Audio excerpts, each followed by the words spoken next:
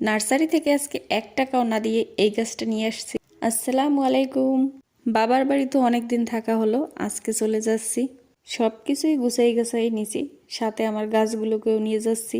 বাবার বাড়ি থেকে আসার আগে সবসময় আমি নার্সারিতে যাই।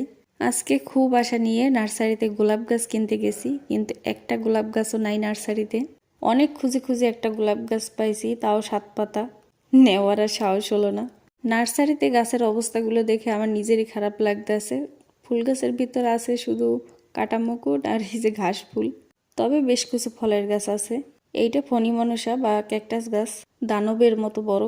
নার্সারি না যেন ধ্বংসের ময়দান, সবকিছুই এলোমেলো। এইটা লতানো এলামন্ডা নিতে চাইছিলাম, তবে নার্সারির লোকটা 2 ঘন্টা অপেক্ষার পরও আসে নাই।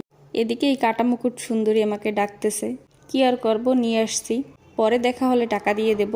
নার্সারিতে গেছি, খালি হাতে আসলে হয়? আজকের মতো আল্লাহ হাফেজ, সবাই ভালো থাকবা।